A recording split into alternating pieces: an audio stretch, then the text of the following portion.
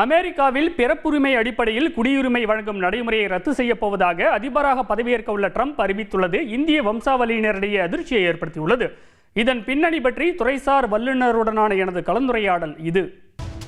பெற்றோர் எந்த நாட்டைச் சேர்ந்தவர்களாக இருந்தாலும் அமெரிக்க எல்லைக்குள் ஒரு குழந்தை பிறந்தால் குடியுரிமை பெற உரிமை உண்டு.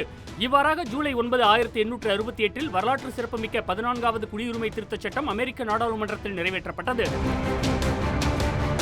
கிட்டத்தட்ட 156 ஆண்டுகள் நடைமுறையில் உள்ள இந்த சட்டத்தை அதிபராக தான் பதவியேற்றதும் முதல் கையெழுத்திலேயே ஒழிக்கப் போவதாக சொல்லி இந்திய வம்சாவளியினர் தலையில் பேரிடியை இறக்கியிருக்கிறார் டொனால்ட் ட்ரம்ப். தற்போதைய நடைமுறைப்படி சட்டவிரோதமாக ஊடுருவும் வெளிநாட்டவர்கள் மற்றும் சுற்றுலா கல்வி விசாவில் அமெரிக்கா வருபவர்கள் அந்நாட்டில் குழந்தை பெற்றுக் கொண்டால் பிறக்கும் குழந்தைகளுக்கு மிக எளிதாக அமெரிக்க குடியுரிமை கிடைத்துவிடும். குடியுரிமை விவகாரத்தில் மிக கடுமையான கொள்கையை கொண்டுள்ள ட்ரம்ப் சட்டவிரோதமாக அமெரிக்காவில் குடியேறிய அனைவரையும் நாட்டை விட்டு வெளியேற்றுவேன் என தனது தேர்தல் பிரச்சாரத்தின் போதே உறுதியளித்து தன் செல்வாக்கை பெருக்கிக் கொண்டார். வரும் ஜனவரி 20ஆம் தேதி அமெரிக்க அதிபராக மீண்டும் பதவியேற்க உள்ள அவர் பதவியேற்றதும் தனது முதல் கையெழுத்து மூலம் பிறப்புரிமை அடிப்படையிலான குடியுரிமையை ரத்து செய்ய இருப்பதாக அறிவித்துள்ளார்.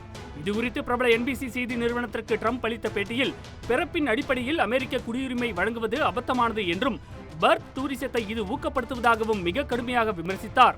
ஏராளமான பெண்கள் அமெரிக்காவில் குழந்தை பெற்றுக்கொள்ள வேண்டும் என்ற ஒற்றை நோக்கத்துடன் இங்கு வருகிறார்கள். அதனால் பிறப்பின் அடிப்படையில் குடியுரிமை வழங்குவது அபத்தமானது. அதை முடிவுக்கு கொண்டு வர விரும்புகிறேன். வேறு எந்த நாட்டிலும் இதுபோல இல்லை. மேலும் சட்டவிரோதமாக அமெரிக்காவில் இருப்பவர்கள் உடனடியாக நாடு கடத்தப்படுவார்கள் என்றும் ட்ரம்ப் திட்டவட்டமாக தெரிவித்துள்ளார். இதற்கு விரிவான திட்டம் என்னிடம் இருக்கிறது. முதலில் குற்ற வழக்குகளில் தொடர்புடையவர்கள் நாடு கடத்தப்படுவார்கள். இது ஒரு கடினமான பணிதான். ஆனாலும் நிச்சயம் இதை செய்து முடிப்பேன். டொனால்ட் ட்ரம்பின் இந்த பேச்சு அங்கு வசிக்கும் லட்சக்கணக்கான இந்தியர்களை கதிகலங்க செய்துள்ளது. இதுகுறித்து அமெரிக்க தூதரக முன்னாள் அரசியல் ஆலோசகர் நடராஜனிடம் பேசினோம். பர்த் ரைட் சிட்டிசன்ஷிப்பை ரத்து பண்ணா இந்தியர்களுக்கு என்ன மாதிரியான பாதிப்புகள் ஏற்படும்? எந்த சட்டம் வந்தாலும் இந்த தேதிக்கு பிறகுதான் ஏற்கனவே அங்க பிறந்தவங்களுக்கு பாதிக்காது. இனிமே அந்த சட்டம் எஃபெக்ட் ஆகலாம். இனிமேல் அங்க இந்த மண்ணில் பிரசவமான சிட்டிசன்ஷிப் இருக்காது. பொது பதவிகளுக்கு வர்றதுக்காக தான் அது பெருசா எடுக்கிறாங்க. ஏன்னா கமலா ஹாரிஸ் நுழையலன்னு பிரச்சனையே இல்லை. கமலா ஹாரிஸ் அதிபர் போட்டிக்கு நுழைஞ்சது அது முதல் தலைமுறை தானே. அப்பா அம்மா வந்து செட்டில் பண்ணாங்க. இப்ப இனிமே திருத்தம் வந்தா கூட என்ன செய்வோம், 5-6 தலைமுறை அங்க வாழ்ந்துருக்குன்னு சொல்ல போறாங்க. இவங்களோட பொது வாழ்வுல மற்ற நாட்டுக்காரங்க நுழையாம தடுக்கிறதா செய்யறாரு.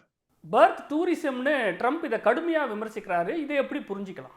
மாசம் வச்சு இங்க இருக்க அங்கே போய் அங்கேயே குழந்தை பிறந்தா அமெரிக்கன் ஆகும் அப்படின்னு சொல்லி இங்க பேரண்ட்ஸ் எல்லாம் சொல்லி அனுப்புறாங்களே மகளை. நடக்குது எங்க? அதுக்காக குயிக்கா தானே செய்யணும். அதை இதேச்சும் அங்க குழந்தை பிறந்தா பரவாயில்ல. குழந்தை பெற்றுக்கிறதுக்காகவே அந்த நிறைய மாசமா இருக்கும் அங்க போகலாம் அப்படிங்கிற திட்டம் நான் ஒரு உள்நோக்கத்தான செய்யறோம். அது அவங்களுக்கு புரியுது இல்லையா? அமெரிக்க அரசியலமைப்பு வழங்கியிருக்கக்கூடிய அடிப்படை உரிமையை ரத்து செய்வது அப்படிங்கிறது சட்ட ரீதியா எந்த அளவுக்கு செல்லுபடியாகும்? ஒரு கையெழுத்தெல்லாம் செஞ்சிட முடியாது. இதுக்கு விவாதங்கள்லாம் இருக்கும். செனட்ல காங்கிரஸ்ல விவாதங்கள்லாம் இருக்கும். அதுக்கு பிறகுதான் வரணும். வருந்ததுக்கு பிறகு கூட நம்ம நாடு மாதிரி நீதிமன்றத்துக்கு போகலாம். அது ஆனா எல்லாருமே அமெரிக்கா இஸ் ஃபார் அமெரிக்கன்ஸ் எண்ணம் வந்தாச்சு இல்லையா? மண்ணின் மைந்தர்கள் எண்ணம் வந்திருக்கு இல்லையா? அது எல்லாருக்குமே இருக்கு. அதனால ட்ரம்ப்புக்கு ஆதரவு கிடைக்கலாம். ஒருவேளை இப்ப பிரெக்னண்டா இருக்கக்கூடியவங்க ட்ரம்ப் பதவியேற்பதற்கு முன்பாக தங்களுடைய டெலிவரியை ப்ரீபோன் பண்றதுக்கான வாய்ப்புகள்லாம் இருக்கா? ரிஸ்க் இல்லைன்னா செய்யலாம். ஒரு 10 நாள் 15 நாள் குழந்தை பெற்றுக்கிறதுல சிசேரியன் செய்யறதுல ரிஸ்க் இல்ல. குழந்தைக்கு ஆபத்துல தாய்க்கு ஆபத்துல செய்யத்தான் செய்வாங்க. சட்டம் நிறைவேற்றப்படுவதற்கு முன்னால் நடந்ததெல்லாம் லீகல் தான். அமெரிக்காவை பொறுத்த வரைக்கும் இந்தியர்கள் மட்டுமில்லாம குடியேறிகளால் முன்னேறிய ஒரு நாடு. அப்படி இருக்கும்போது இப்படி ஒரு சட்டம் வருவதை அந்த மக்கள் எப்படி ஏத்துப்பாங்க? தமிழர்கள் கன்னட தேசத்துல எவ்வளவு ஹெர்க்கெல்லாம் செஞ்சாங்க. தமிழர்கள் நிறைய கோலார் கோல் செஞ்சாங்க. தமிழர்கள் கன்னடர்கள் துரத்தலையா? அடிமைகளா இருந்தாங்க பிளாக்ஸ் இங்கிலாந்துலயும் அமெரிக்காவிலையும். நமக்கு எவ்வளவு ஹெல்ப் பண்ணாங்க வச்சுக்கிறோமா இல்லையா? அவங்களுக்கு ரேஷியல் டிஃபரன்ஸ் காமிக்கத்தானே செய்யறாங்க. இங்க நான் வடக்கிருந்து வர்றவங்களை நம்ம ஏதாவது சொல்ற, ஏன் வடக்கிருந்து வர்றாங்கன்னு சொல்றோம்.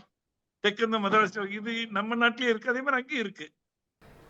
நடப்பு 2024ஆம் ஆண்டின் கணக்கெடுப்பின்படி அமெரிக்காவில் 54 லட்சம் இந்தியர்கள் வசிக்கிறாங்க. இது அந்த நாட்டோட மொத்த மக்கள் தொகையில் 1.47% பேர்.